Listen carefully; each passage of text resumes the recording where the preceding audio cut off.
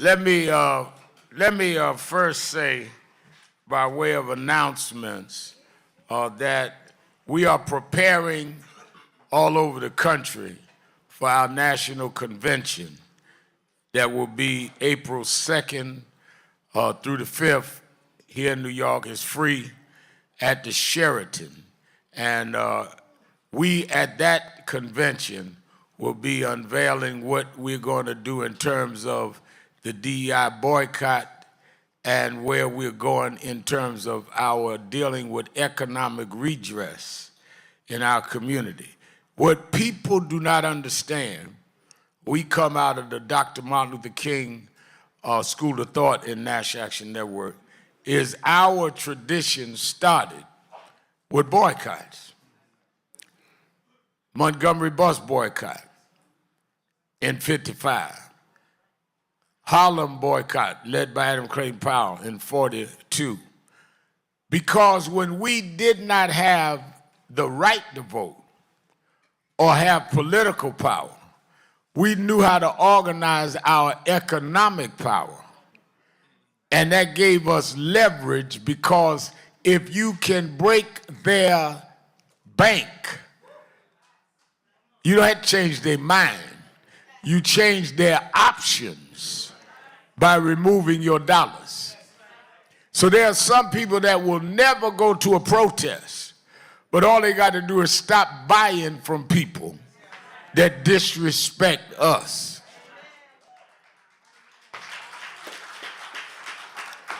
Now, some people are already moving, and that's fine. I support all that. I've not called for it. Somebody got on the internet and said, I called for something. I'm calling for everybody to be at the convention. But I'm not against any other effort, because everybody needs to do whatever it is they want to do for the good of the cause. This ain't a Nan thing or a Sharpton thing. This is all of us thing. So people talk about, are you on this side? I'm on everybody's side. And I hope everybody is on our side.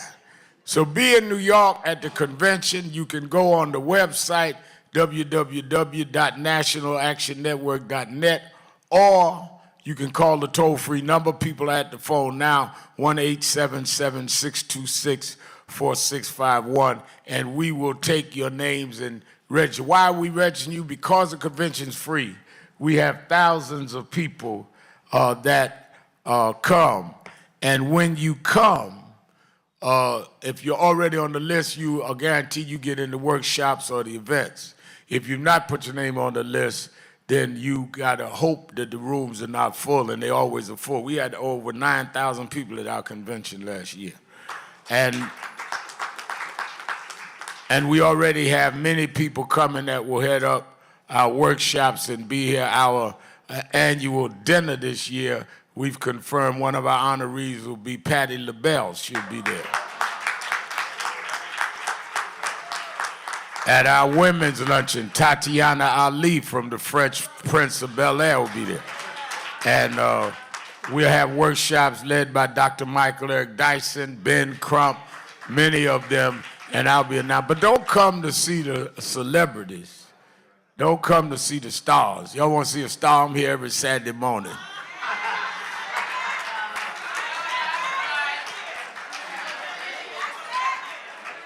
Come to be part of the movement, because we are in more serious times than we've ever been in before in our lifetime.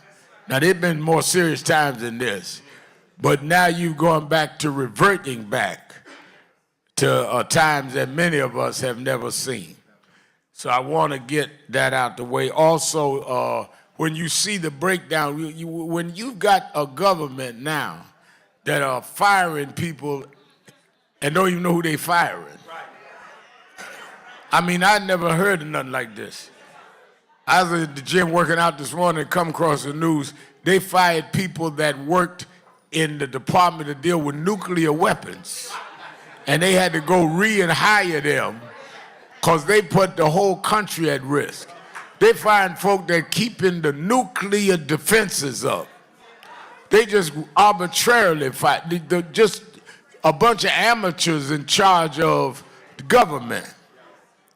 So you're facing a serious problem. I'm going to have some of the members of Congress and some people that expose that on Politics Nation this evening. Don't forget, watch Politics Nation today, 5 o'clock Eastern Time on MSNBC. I'm going to have them on today and then tomorrow dealing with voting rights and what they're doing on other issues. Both nights having senior members of Congress, Senate, and the like. Make sure you watch 5 o'clock Saturday and Sunday so you are informed. And I'm not ashamed on the air. I talk about what's happening in our community. I want to know what's going on broadly, and then I want to know, now, how does that deal with us? Because we live in different worlds in that. Let me also say that it is imperative that as we look at what's going on, that we act after we react. Come on, sir. Just barking at the mirror is not going to change nothing. Just getting mad and calling a talk radio show, even mine, is not going to change anything. You got to be active. That's why we have rallies every Saturday. That's why we have our convention every year and come out with a plan of action. And a lot of people that watch us on Saturday mornings or watch my TV show think that that's activism. No, you're watching or listening to activism. You need to get involved to be active.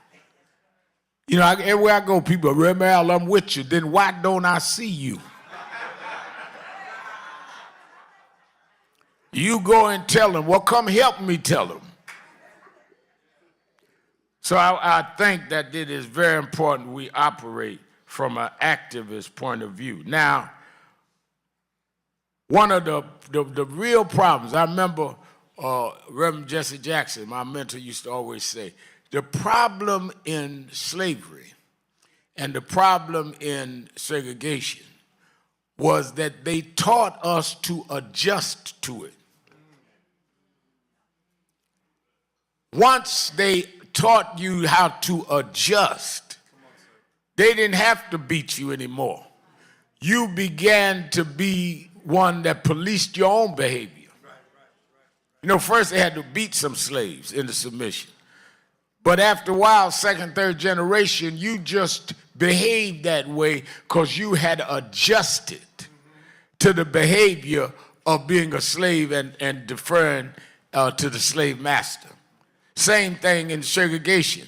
You didn't even think about it. You just walked to the back of the bus because you had mentally adjusted. And one of the reasons we rally, one of the reasons we work hard is to make sure you don't adjust to this madness that Trump and them are coming out with. I'm concerned about that, Bishop, because I'm seeing people say, well, what Trump do now? Like this is a joke. This ain't no joke. This man is reordering the whole way we deal with the system and our people. And this is not a reality show, it's reality. Right. And if we don't fight back, they will turn around and you will be back where we were in pre-1954. This is not a joke. Everybody act like this is some soap opera. Let me get up and see what Trump did today. Oh, man, ain't he something? Yeah, he's something. He's something that's going to give you a real problem in your life. Anytime you can lay off federal workers who haven't done nothing, anytime you threaten veterans who put their lives on the line for this country, and you normalize that, it's time for people with some backbone to say, I am maladjusted. I'm not adjusting to that.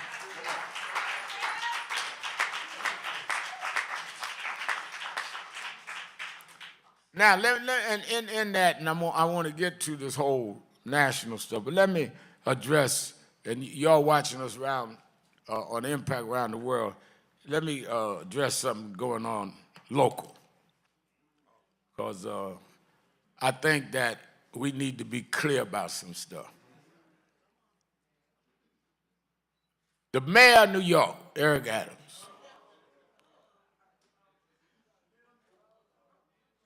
they made a decision in Washington to ask that the charges against him be removed. And in the writing of the order that I read, they did not cite any of the legal reasons. They cited political and policy reasons. Y'all with me? They said that they wanted the mayor to not face trial because the indictment came too close to the primary. Well, the indictment was 9 months before the primary. Congress people run every 2 years. They all start their campaign a year before. So that doesn't make a lot of sense. Then they said that the mayor could not help the president with immigration and violent crime. Now, in the Trump mind, violent crime goes back to stop and frisk. Come on, come on. Now, I'm the mayor's friend, been his friend a long time, but I'm not going to be in any way different with the mayor than I'm with anybody else. I have said publicly I disagree on the immigration policy. I think it's immoral to, I was with Bishop Hyde at St. John the Divine. I spoke the other night. I think it's immoral to say that churches cannot be sanctuaries. Right. And you going up in churches and schools is a violation of our civil rights. Right. Our board members, Vice Chair Jennifer Jones Austin and Reverend Johnny Green have taken the right position. You cannot desanctify our churches.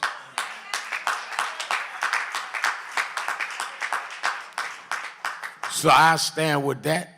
Just because I'm someone's friend don't mean I can't disagree.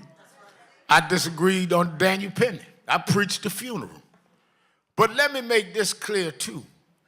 You cannot petition or make an order to remove something and not give us the legal reasons why you're dismissing charges without us, and this ain't on Eric, this is on Trump and his Justice Department. If you can't give us the legal reasons you want the charges dropped, then are we now in a country where based on policy and politics, you can end indictments? That's the danger here. They keep asking me and Hakeem and Greg Meeks and others, because we gonna have a meeting, what y'all gonna do. First of all, what about the law? Right. So they want us, some, to ask Hochul, the governor, to remove Eric. Well, first of all, until the judge rules, until the judge rules, let me get this right. My little sister's over here, she got it right. I want to keep up with me. Until the judge rules, she has no legal basis. Because if the judge removes the charges, then she's got to give the reason she's removing him if there are no charges against him. Y'all with me? Right. Now, if 100,000 city workers walk off, then she could say the city's not functioning. But don't make this about a battle between Hochul and Eric. It's a battle between Trump and the law. Right.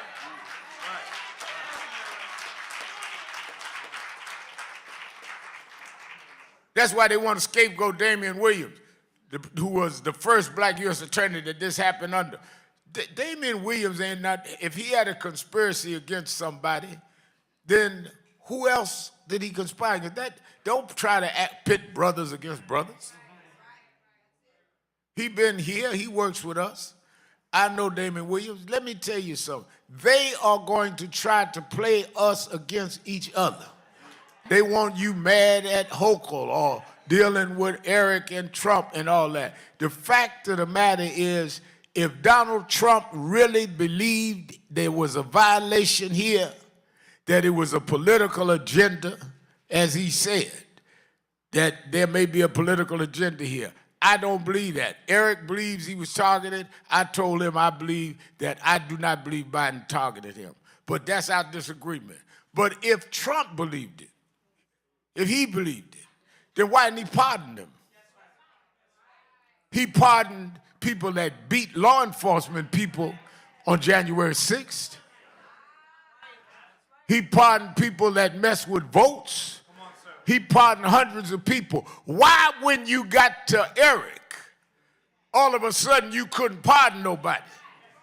That y'all talk about immigration policies and crime. You didn't talk about that with the Proud Boys.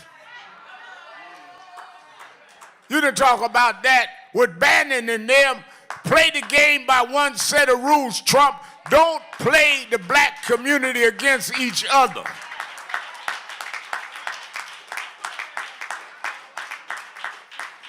And don't y'all get in this okie doke. Come on, sir.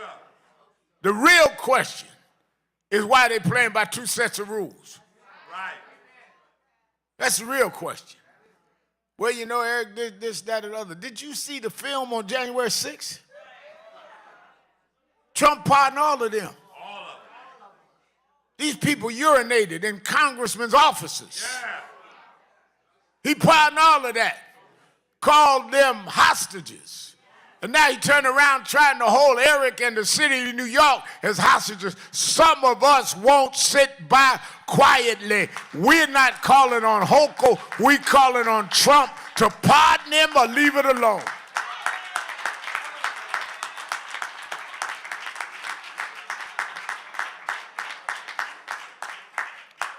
You always got to be careful when somebody's feeding you some misinformation.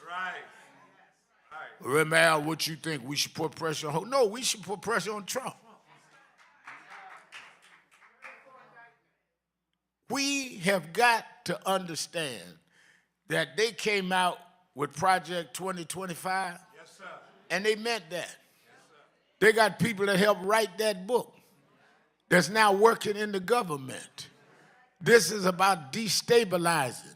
And if they can get the destabilizing of New York and put in a Republican and put in a Republican state attorney general and get rid of Tish James, who still has the suit that has been found proper against the president. He owes $500 million. They'd love to knock her out to reduce that amount with a Republican state attorney general. Quit playing checkers. I'm looking at the chessboard.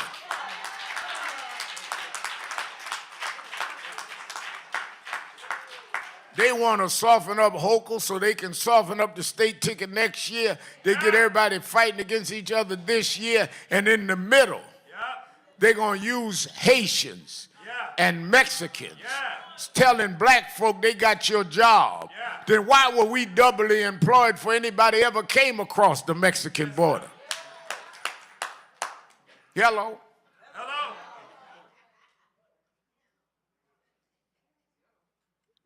Look at this here. Donald Trump got up and said that there are whites in South Africa that are being discriminated against.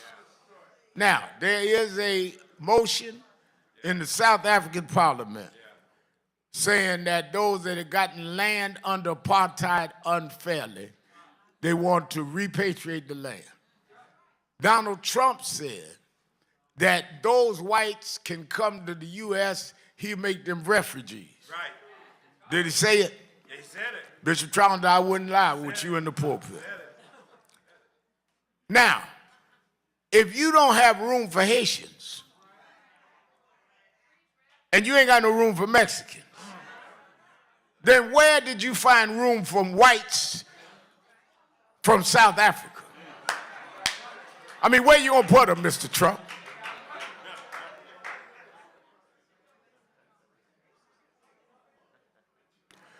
And insult to injury, because I try to break this down. You know, one of our mentors, Reverend Jones, used to say you got to bring it low enough where the goats can feed it. I got to bring it down so Tony can understand what I'm saying.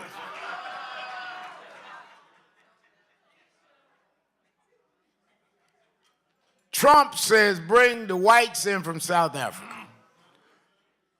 On top of that, he said, let's make Canada, which is overwhelmingly white, a state. And then on top of that, I want Greenland too.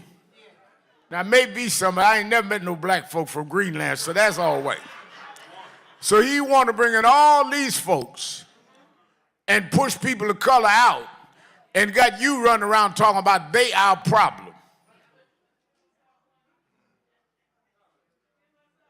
Well, let's go back in history. It's Black History Month.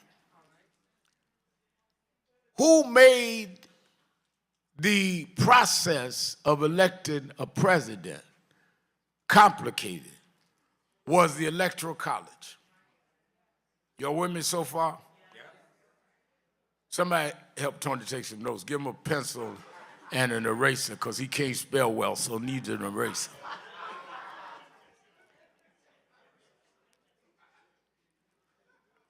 We brought here 1619 as slaves. They never even declared their independence from King George until 1776, which means we had been slaves over 150 years before they even declared themselves to be free of King George. Imagine that now. They are colonies enslaving us.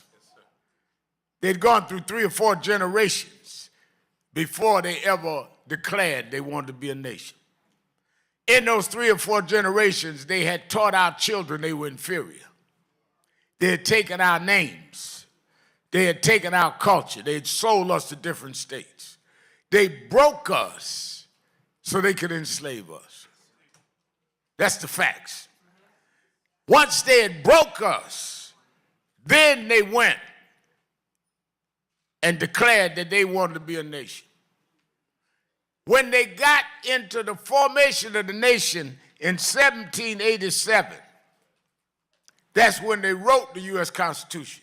1787. Now, we've been there since 1619 on the plantation. They rectified it in 1789. Now, how did they satisfy the southern states that were the slave states? They said, well, we will have an electoral college, not the popular vote, so that you can have weight in who will be the president of the United States. That's the history. Now, how are you going to make up for the lack of population in some of the least populated states, many of them the Confederate states? Well, we will allow you to count your slaves as 3/5 of a man. So in Alabama, you had X amount of white men and women, and you could add your blacks that you own as 3/5. And that gave you more seats in the Electoral College. That's where the Electoral College come from. That's why when Joe Biden said we need to change the voting process and judges, and had Mark Morial and I fly with him Air Force One down to Johnson's Library, I wanted to go because there is a historic infrastructural problem with how this is allowed to continue to this day with the Electoral College that was established when we were considered by law 3/5 human.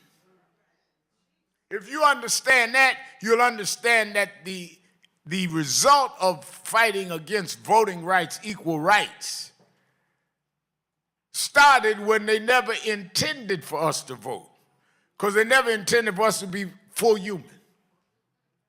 Now, imagine this now, kids growing up, white kids, and they're told by law, I ain't talking about grandpa talking crazy because he got old and senile. This is law. They ain't full humans. Well, how do you change that over a period of time? And then you have Electoral College based on that. So we are fighting. That's why I said that deal with this DEI situation, you must be disciplined and do study, because unless you do structural change, we'll keep coming right back to this over and over again. I spoke Wednesday night at Yale University, and I told them students, some of those brightest students in the country, Yale, Harvard, I spoke at Yale, and told them there is a structural problem, which is why Trump and Vance and President Elon Musk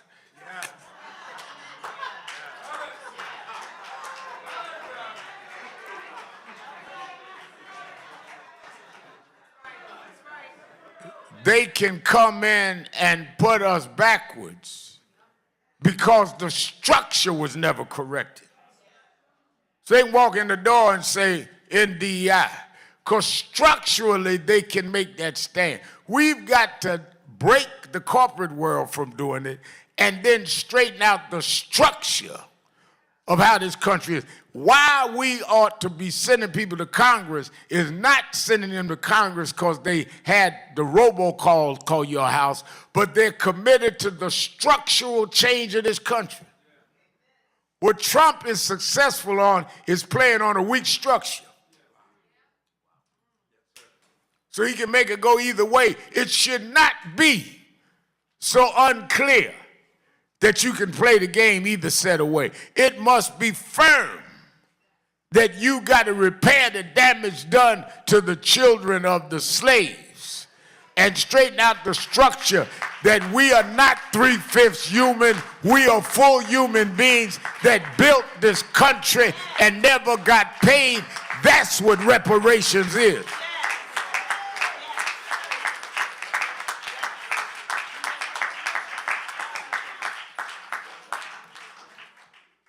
If you look at this through the wrong lens, you will get the wrong results.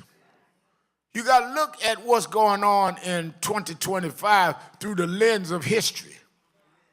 Because what's going on in 2025 was set in 1925 and in 1825 and in 1725 and in 1625. This didn't just start. That's why I tell a lot of young activists, don't act like the world started when you was born. Well, man, we need young folk out there. We do. But we need young folk that dwell on the wisdom of those that been here before you. Being young ain't an achievement. You act like you achieved something being young. You were just born last. And you ain't did nothing to get here. Your parents did all the work to get here.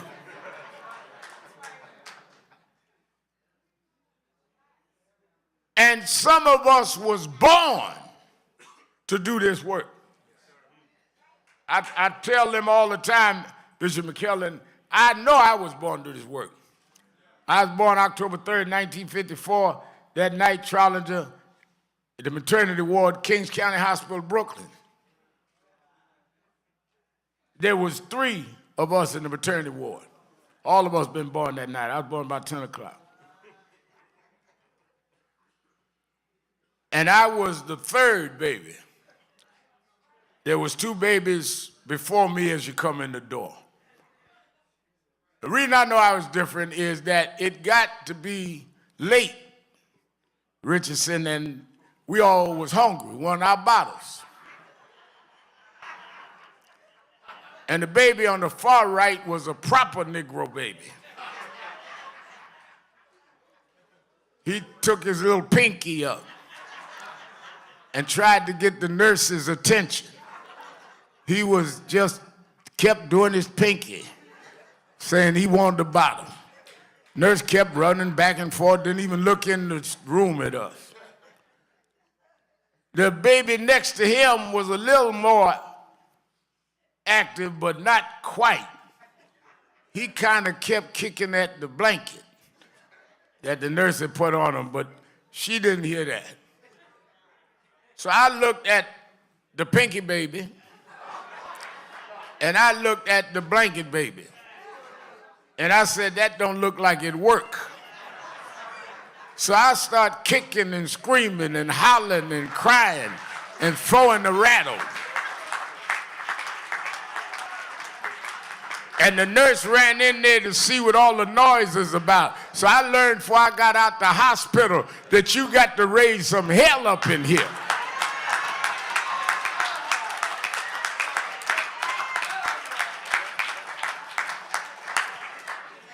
So all y'all going to Washington all quiet, would y'all consider DEI? No. That's why I had a convention. I'm the baby that kicked the blanket. I know how to get your attention. Yeah, y'all call me loudmouth. That's right. I'm a loudmouth. I also get the bottle when I want it to.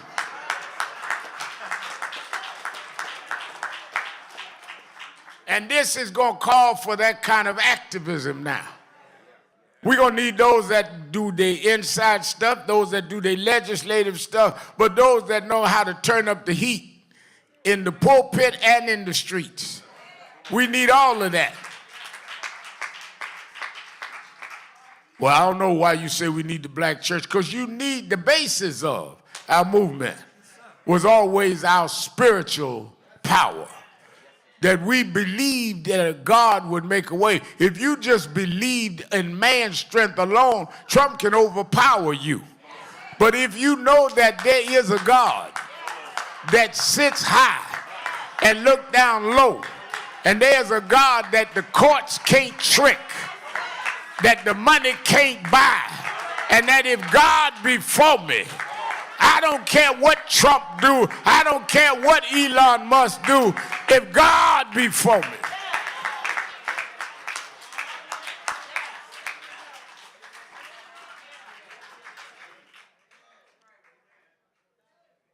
I was thinking the other day, every morning I get up and do meditation and then go and work out.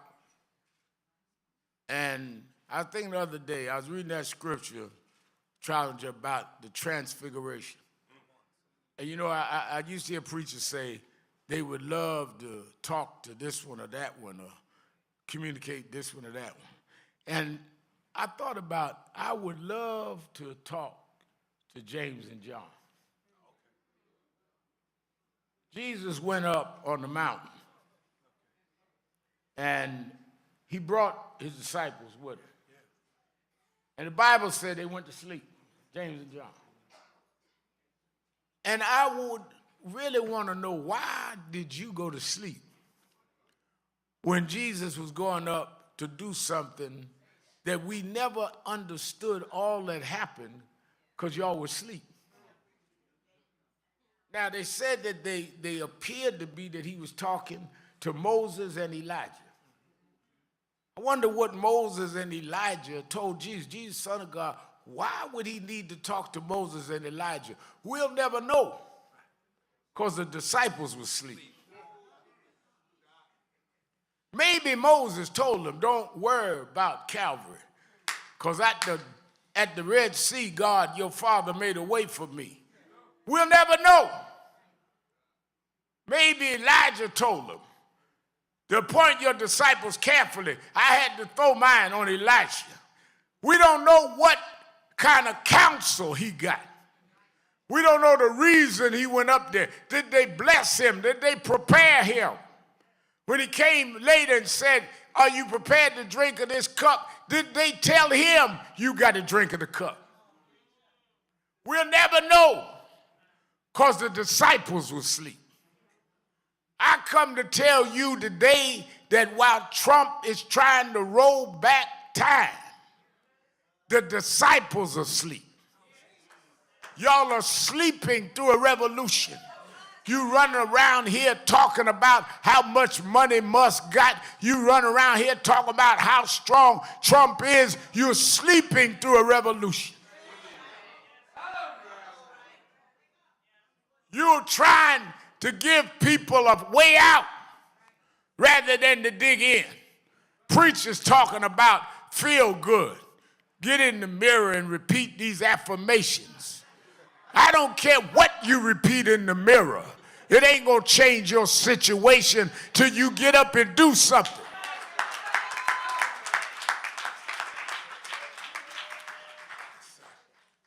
I watch some of these preachers, it gets me sick.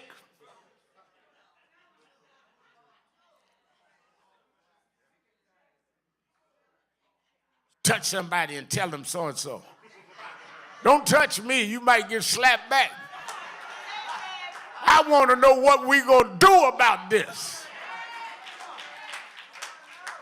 God is speaking to us, but you sleep.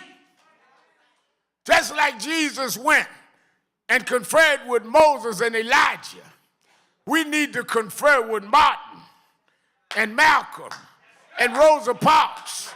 Let those that are gone past confer with us like Elijah and Moses conferred with Jesus, and they would tell us if we stand up, God will hold us up. Y'all asleep, but I've been talking to the ancestors, and they told me that God will make a way for his children. I've been talking to the ancestors.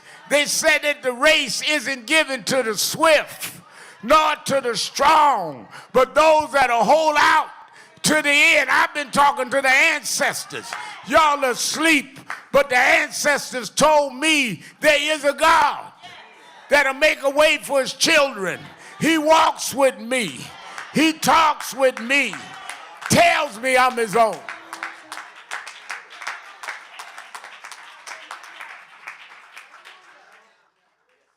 We need our own moments of transfiguration.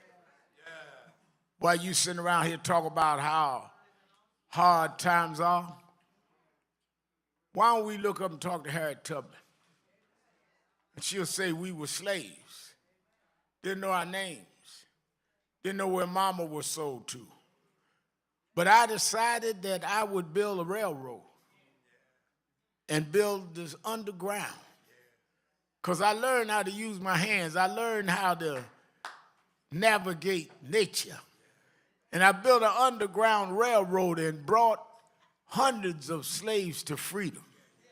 They gave me an award one day, Mal, because I built the underground railroad and took 500 slaves to freedom. And as I accepted the award, I said I could have brought more if I could have convinced them they were slaves. They would sleep at the Transfiguration. Frederick Douglass, slave, ran off the plantation, made it to Maryland, and became one of the biggest abolitionists. He'll tell you I was illegal till I was an old man. I had to run and leave the country because I had conferred with John Brown. And they were after all of us that had conferred with John Brown. But I lived, Remal, to the day that I could walk in the White House and talk to Abe Lincoln on behalf of my people. You gonna go through a bumpy road, but if you hold on, you'll make it anyhow. I wish I could talk to Douglas. I wish I could talk to Dr. King, who said, yeah, I just went to Memphis to help some garbage workers. Man blew my brains out for standing up for the least of these, but don't worry about being shot down, Mal. Every city you go in now, there's a Martin Luther King Boulevard. There's a statue on the Potomac River. God will take the last and make them first. God will prepare a table for your enemies. In the presence of your enemies, stand up, black man. Wake up, black woman. Yeah, it's time to be woke. Don't sleep through the Transfiguration. God is speaking in Black History Month. It is our day. It is our time. God will make a way. Yes, he will.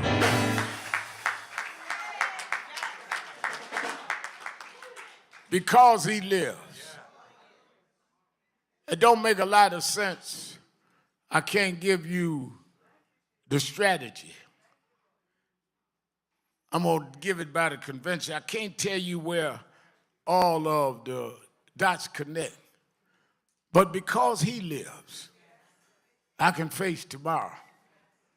Because he lives, I ain't scared. I know they're going to try to mess with everybody. But all doubts and fears is gone because he lives. Everybody in here today, everybody watching me on Impact, on National Action Network's live stream, or listening on BLS, whatever you're afraid of, I want you to get it in your head right now and cast it out. We got to work on being fearless. Got to work on being fearless. You can't, fear and faith can't stay in the same place. Yeah, I get upset, I get nervous, but my faith counsels